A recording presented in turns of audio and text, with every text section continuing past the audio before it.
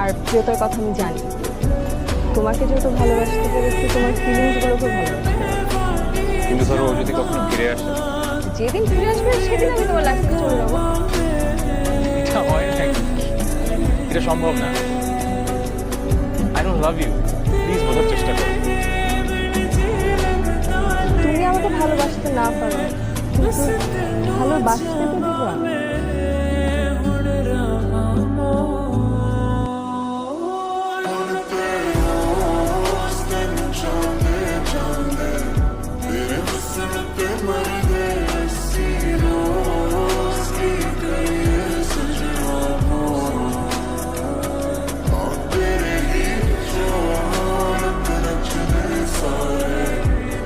प्यार च तेरे